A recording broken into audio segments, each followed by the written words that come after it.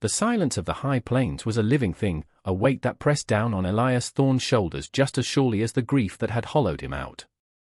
It had been a year since the diphtheria had stolen the laughter from his house, leaving only the whisper of the wind where the voices of his wife, Sarah, and his son, Jacob, used to be. The ranch was his penance now, a sprawling purgatory of routine. Mend the fence. Check the well. Feed the stock. Each task was a prayer to a God he no longer believed in, a way to mark the passing of another day that was exactly like the last. The sun was a merciless eye in the bleached canvas of the sky, baking the dust into a fine, choking powder. It was at the pig trough, a rough-hewn basin of mud and fetid water, that the routine shattered. He saw them first as a flicker of movement, a disruption in the familiar landscape of his own misery. He thought they were coyotes, drawn in by the smell of slop. But coyotes didn't wear rags, and they didn't have human hands. There were 3 of them. A girl, perhaps 12, stood with the ferocity of a cornered wolf, her thin arms wrapped around 2 smaller children. Her hair was a matted tangle, her face a mask of dirt and defiance. A boy younger, with eyes so wide they seemed to consume his entire gaunt face, stared at Elias with a silent, bottomless terror. And the smallest, a little girl who couldn't be more than 5, was on her knees, cupping the foul, brown water in her tiny hands and bringing it to her cracked lips. They were drinking from the pig trough. The sight struck Elias with the force of a physical blow, knocking the air from his lungs. It was a vision from a forgotten hell, a cruelty so profound it broke through the thick calluses on his soul. His first instinct was a cold, hard shuttering of his heart. Children. He couldn't. The memory of Jacob, small and feverish in his bed, was a fresh wound, and these creatures were salt poured directly into it. He took a step, and the oldest girl flinched, pushing the other 2 behind her. A low hiss, like a snake's warning, escaped her lips.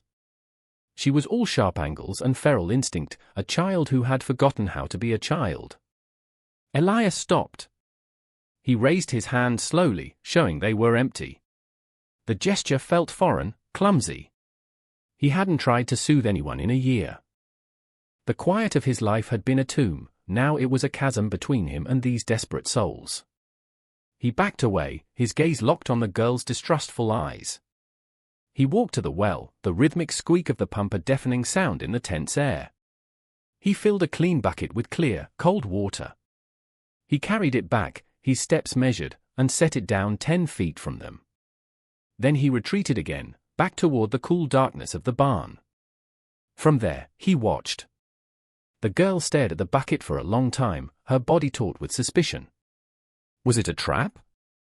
Another trick in a world that had taught her only cruelty? The little one, Cora, whimpered behind her, a sound of pure animal need. Finally, the older girl's resolve broke. She crept forward, tasting the water first before letting the others drink.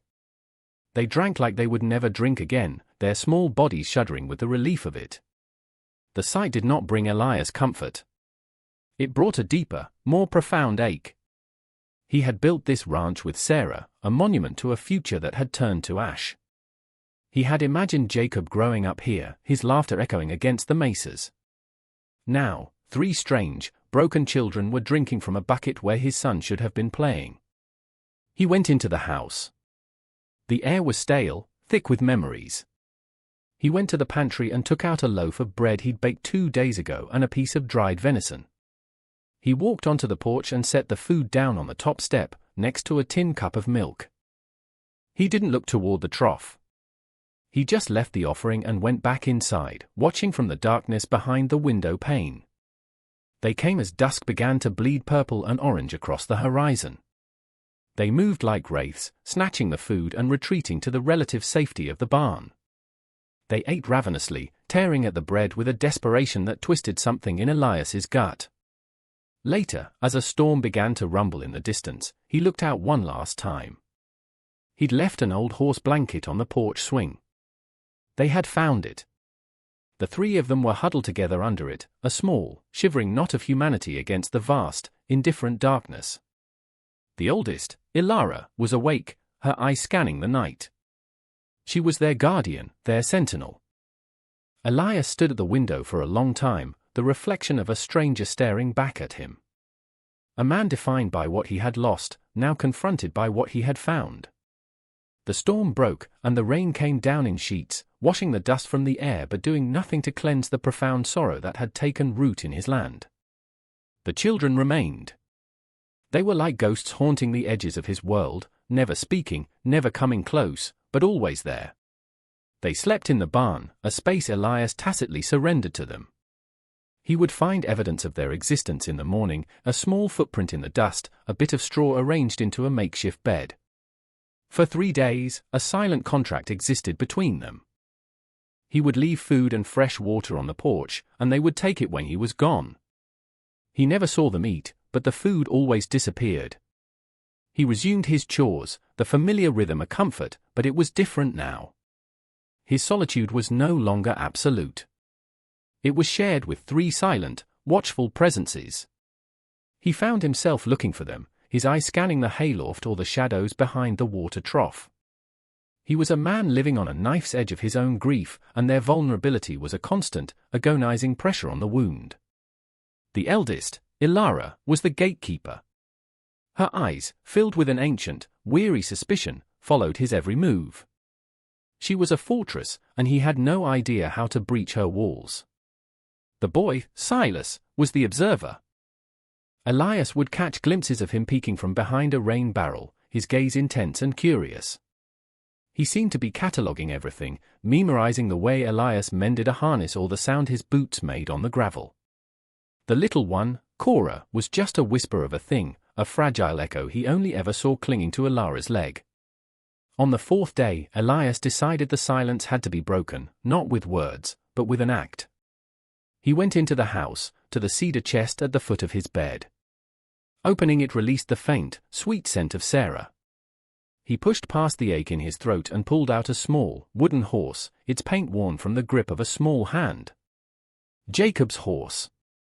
He held it for a moment, the smooth wood condor it to a pain so sharp it was almost sweet. Then he took it, along with one of Jacob's old woolen shirts, and walked out to the barn. He didn't enter. He just laid the items on a clean bale of hay near the entrance, a silent offering. He went about his day, the weight of the gesture settling in his chest. Had he done the right thing? Or had he just desecrated a memory? The next morning, the shirt was gone. The horse remained. He told himself it didn't matter. But it did. That afternoon, while he was replacing a rotten post on the corral fence, he saw Silas, half hidden behind the stable door, clutching the wooden horse. He wasn't playing with it. He was just holding it, his small thumb tracing the curve of its neck. A fissure of hope, small and terrifying, cracked through the permafrost of Elias's heart. He began to work on the swing. It hung from the thick branch of the lone cottonwood in the yard, its ropes frayed, its seat cracked. It was Jacob's swing. Sarah had laughed watching him there, his little legs kicking at the sky. Mending it felt like both a betrayal and a necessity. He replaced the ropes with new, sturdy lengths of hemp. He sanded down the weathered seat until it was smooth and then, using the last of Sarah's oils, he sealed the wood against the elements. The work was slow, deliberate. While he worked, he started to talk, his voice rough from disuse. He spoke to the air, to the wind, to the silent children he knew were listening. "This was my boy's swing," he said, his voice low. He'd tried to touch the clouds, he didn't look at them. He just kept working, speaking of the land, of the way the seasons turned, of a stubborn mare named Willow. He expected no reply. So when the voice came, it startled him. Why? It was Ilara. She stood 20 feet away, her arms crossed, her expression a mixture of distrust and unwilling curiosity. "Why are you doing this?" Elias stopped sanding. He looked at her, truly looked at her, and saw past the feral defensiveness to the tired, overburdened child beneath. He didn't have a simple answer. The truth was a complex knot of guilt, loneliness, and a nascent, terrifying sense of responsibility. Because the ropes were frayed, he said simply. A kid could get hurt, it was a half-truth, but it was the only one he could offer. Her eyes narrowed, searching his face for a lie. She found none. She said nothing more, but she didn't leave. She just watched him finish his work. The next day, he had to go to town. The larder was low, and he needed grain and salt. The thought of leaving them filled him with a strange, new anxiety. What if they ran? What if something happened? He packed 3 extra apples in his little bag, an unspoken message. As he saddled his horse, the screen door of the house creaked open. It was the first time any of them had voluntarily come onto the porch while he was there. Cora, the smallest one, stepped out. She looked at the horse, then at him, her face a canvas of uncertainty. Elara and Silas watched from the doorway, ready to pull her back. Elias stood still, holding his breath. He was a mountain, and she was a hummingbird, deciding if he was safe to approach. Slowly, she walked down the steps. Her bare feet made no sound on the packed earth. She walked right up to him, her head barely reaching his belt. And then she did something that shattered the world he had so carefully constructed around his grief. She wrapped her tiny arms around his leg, her cheek pressed against the rough denim of his trousers. She hugged him. Her small body trembled. Then she looked up, her eyes swimming with a desperate, heartbreaking plea. "Don't go," she begged, her voice a tiny, fragile thing in the vast silence. The words were not a request. They were an anchor, thrown from her desperate world to his, and it caught him, held him, and threatened to pull him under or save him completely. The little girl's plea, "Don't go," echoed in Elias's mind all the way to Blackwater Creek. It was a miserable settlement, little more than a muddy street lined with false-fronted buildings, a place where hope came to die. He hated coming here. The town was a stark reminder of the civilization that had failed him, the doctor who had offered condolences instead of a cure. Today, the feeling was different. He wasn't just a grieving man seeking solitude, he was a guardian, and the town felt like a threat. He tethered his horse outside the general store, his eyes scanning the street. Men loitered on the boardwalk, spitting tobacco and sizing him up with vacant eyes. He felt a profound sense of exposure. His secret, the 3 children in his care, made him vulnerable in a way he hadn't been since Sarah's passing. Inside the store, the air was thick with the smell of pickles, old wood, and cheap whiskey. He gathered his supplies with grim efficiency: flour, salt, beans, a bolt of sturdy cotton cloth. Mr. Henderson, the proprietor, eyed the cloth. "Fixin' to do some sewin', Elias?" "Didn't take you for the domestic type." Elias's face was stone. For saddle blankets it was a clumsy lie, but Henderson just shrugged and tallied the cost. As he waited, 2 cattlemen came in, their spurs jangling. They were talking loudly, their voices full of the casual cruelty of the world. "Hear about that fella Finch?" one asked. Still poking around, looking for them stepkids of his. "Offering a reward now." $50, the other man grunted. $50 for 3 runaways? What'd they do, steal his gold? "Nah," the first man said, leaning against the counter. "He says they're just trouble. Ungrateful. Needs to teach them a lesson. Says the girl's near old enough to be useful, and the boy's got a strong back for his age. The little one's just a mouth to feed." Elias's blood ran cold.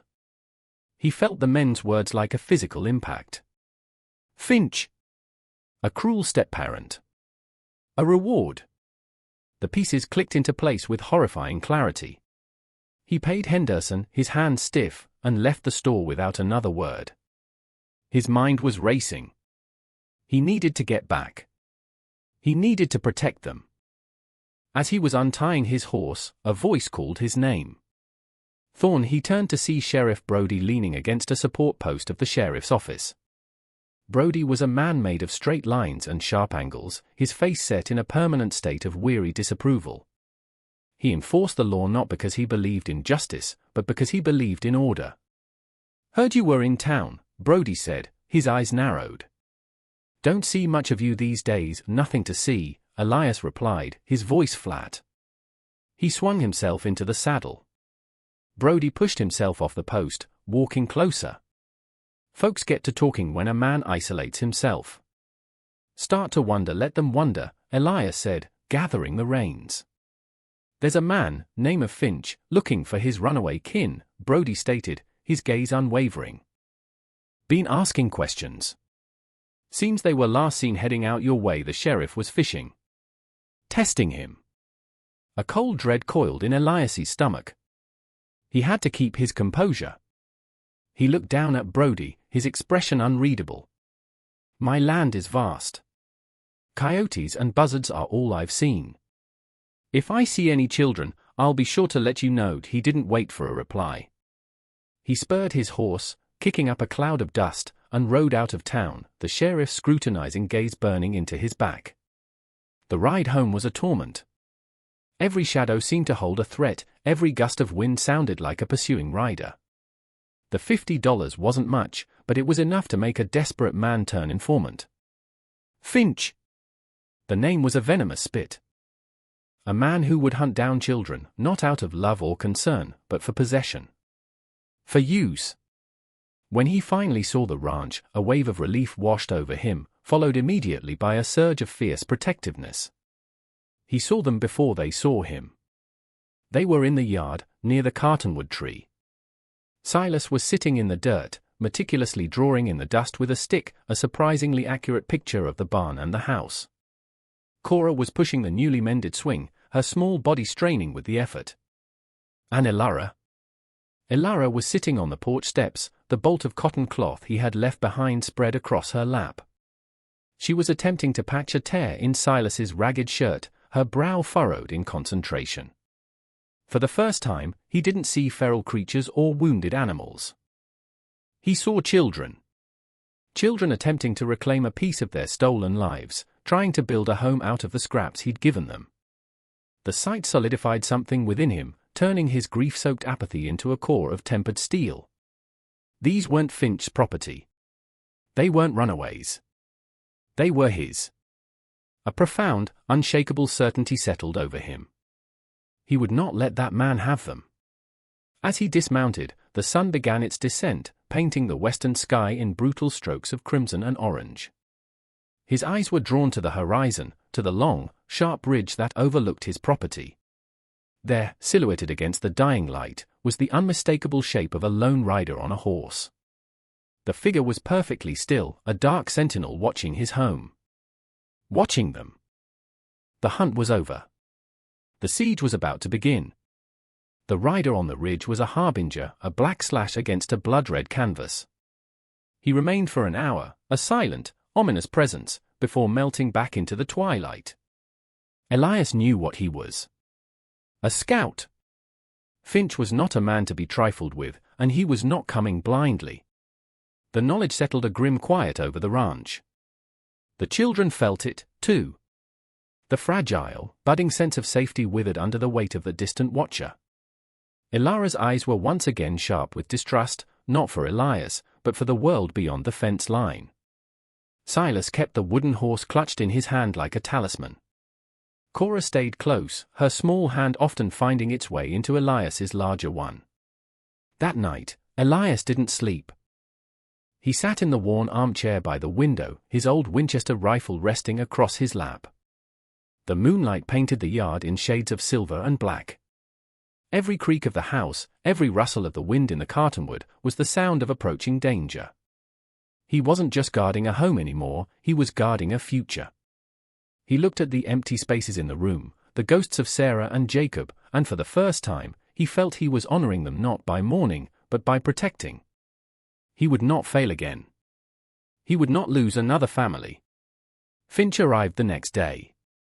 He came as Elias knew he would, alone, arrogant, and cloaked in a false mantle of civility. He didn't ride up to the house, a clear sign of disrespect. He stopped his horse at the property line, as if he were a king surveying his domain. Elias had already sent the children inside, with a firm, quiet instruction to stay hidden and make no sound. He met Finch at the fence, the weathered wood a symbolic line drawn in the sand. Finch was a man gone soft in the middle, with a smug, predatory smile that didn't reach his cold, calculating eyes.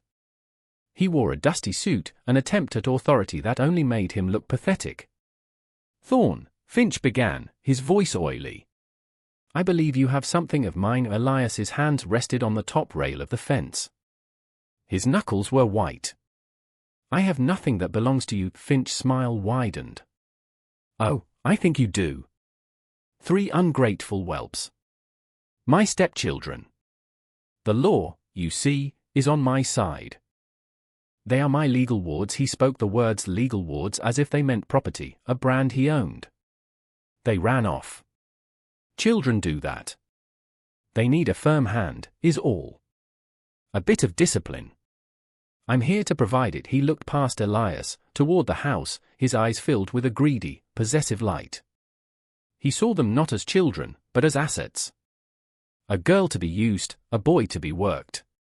Elias's voice, when he spoke, was dangerously low, a rumble of thunder from a distant storm. They ain't property, they are my responsibility under the law, Finch countered, his tone hardening. And you, sir, are harboring fugitives. That's a crime. What you did to them is the crime, Elias said, his gaze locking with Finch's. He saw a flicker of surprise in the other man's eyes, quickly masked by bluster. Lies. All lies from a troublesome girl. I am a respectable man. Sheriff Brody knows me. Then get the sheriff, Elias said. But you will not set foot on this land. Now get out for a moment. Finch looked as if he might challenge him, but something in Elias's stance, in the absolute, unyielding certainty in his eyes, made him hesitate.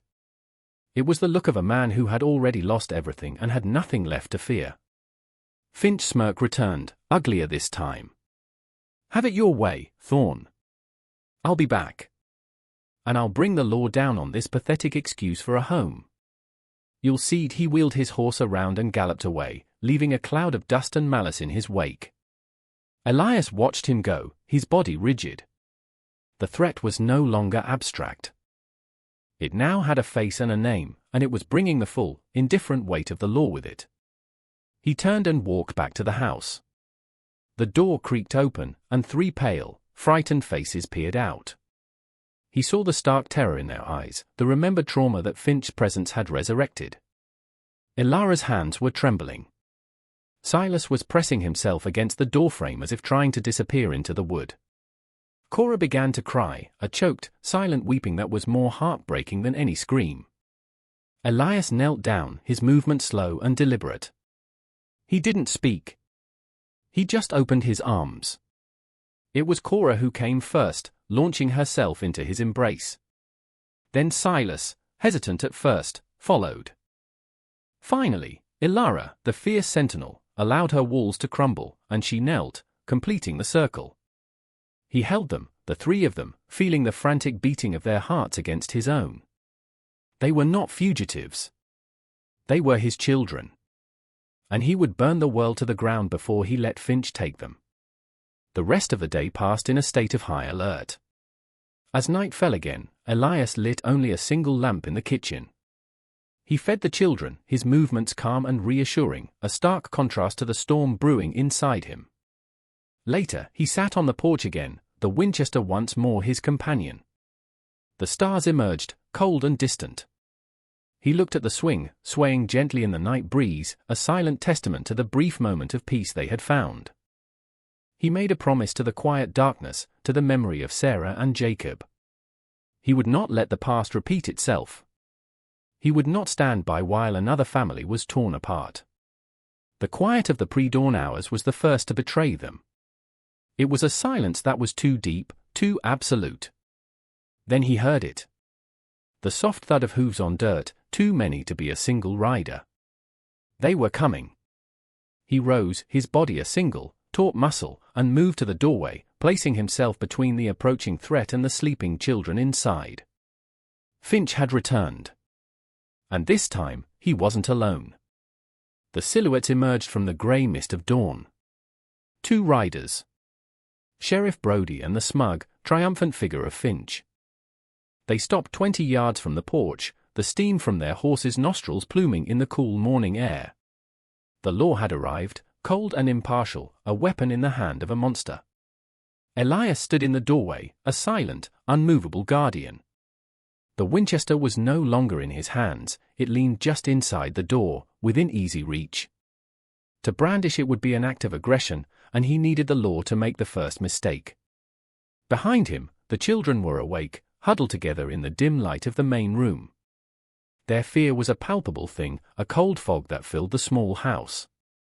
"Thorn," Sheriff Brody called out, his voice flat and devoid of emotion. He held up a rolled piece of paper. "I have a legal writ here. Signed by Judge Miller himself.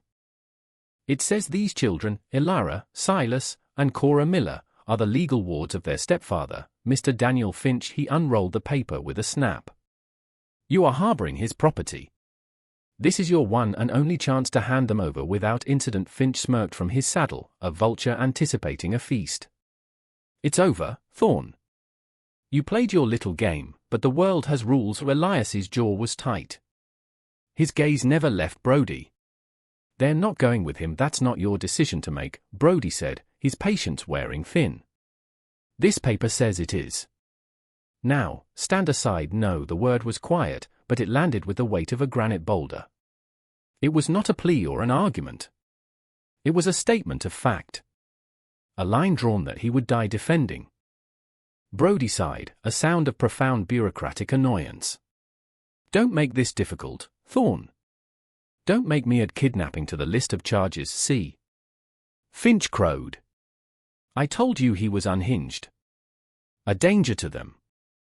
A danger to society." It was then that the stalemate broke, not from an action by the men, but by the courage of a child. Elara stepped out from behind Elias. She was trembling from head to foot, but her eyes were ablaze with a righteous fire. "He ain't our pa," she said, her voice shaking but clear enough to carry across the yard. "He's Mr. Finch. Our ma married him after our pa died." She took another step, pointing a quivering finger at the man on the horse. "He sold us. After ma got sick and passed. Sold Silas and me to a mill owner for whiskey money." Our Brody's expression didn't change, but his eye shifted to Finch, whose smirk had faltered. "That's a lie," Finch snarled. "She's a born liar. He beat Silas," Elara continued, her voice gaining strength. "Told him he was worthless because he was too small to work a full day. Said he ate more than he was worth." Then, with a defiant sob, she grabbed the sleeve of her own tattered dress and yanked it up, revealing the angry, puckered scar of a burn mark on her forearm. It was old but brutal, the shape of a poker's tip. "He did this," she choked out. "When I tried to take some bread for Cora." The silence that followed was profound. The world seemed to hold its breath. Then, Silas stepped forward, his small face pale with terror but resolute. He was clutching the wooden horse Elias had carved. He didn't look at Finch. He looked directly at Sheriff Brody, his wide, honest eyes a more powerful testimony than any legal document. He broke my back," Silas whispered. It was a child's lie, an invention born of a terror so deep it could only be expressed in the most absolute terms of injury. It was the truth of his soul, if not his body. He had been broken. Little Cora, seeing her siblings' bravery, ran to Elias and clung to his leg, her face buried in the rough fabric, her tiny body racked with sobs. Sheriff Brody looked from the scarred arm of the girl, to the terror-stricken face of the boy, to the weeping child at Elias's leg. He looked at Elias, whose face was a mask of grim protection. Then his gaze settled on Finch. He saw the flicker of panic in the man's eyes, the way his smugness had curdled into defensive anger. He saw the truth. Brody was a man of the law, a man of paper and ink. But even he could not deny the evidence before him. The writ in his hand felt flimsy, meaningless. With a slow, deliberate movement, he crumpled the paper in his fist. "There appears to have been a mistake," Brody said, his voice now cold and hard as iron. He looked directly at a stunned Finch. "I have a report on my desk. 3 children, last name Miller. Went missing downriver during the spring floods a few months back. Presumed dead." He gestured vaguely toward the children. "These children bear a resemblance, but they can't be them. Those children are gone." Finch stared, his mouth agape. "What? Brody, that's insane. These are the ones. You saw the paper?" "You're mistaken, Mr. Finch," Brody said, his voice dropping to a dangerous level. These aren't the children you're looking for. And I suggest you get out of my county before I decide to look into that burn mark myself." Enraged and exposed, Finch lost his head. He let out a roar of fury and lunged, not for the children, but for Elias, the man who had taken everything from him. He leaped from his horse, a knife appearing in his hand. The violence was sudden, but Elias was ready. He met Finch's charge not with a gun, but with the raw, desperate strength of a father defending his young. The fight was short and brutal. Elias moved with a swift, efficient violence, disarming Finch and bringing him to the ground with a force that knocked the wind and the fight out of him. He didn't kill him. He broke his will. Sheriff Brody watched, impassive. Then he dismounted, pulled a pair of cuffs from his belt, and hauled the gasping, defeated Finch to his feet. "Assault," Brody muttered. "That'll do for a start." As the sheriff led Finch away, the rising sun finally broke over the ridge, bathing the small ranch in a warm, golden light. The long night was over. Elias turned back to the house, his breath coming in ragged gasps. He looked at the 3 children standing on the porch, their faces streaked with dirt and tears. He knelt, the exhaustion and relief hitting him all at once. His own eyes welled up. For a year, he had been a ghost in his own life. Now, he was achingly, painfully alive. Ilara moved first. Then Silas. Then Cora.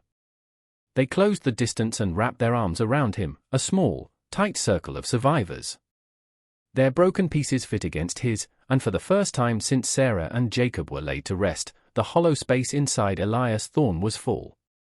The silence of the plains was finally broken, not by the whisper of grief, but by the sound of a family being born. The house behind them was no longer an empty monument to loss. It was, at long last, a home. If you were moved by the story of a broken man finding a new reason to live, then you'll love the story of the old woman who adopted the town outcast. Click here to watch that video next, and don't forget to subscribe so you never miss a story that proves hope can be found in the most unexpected places.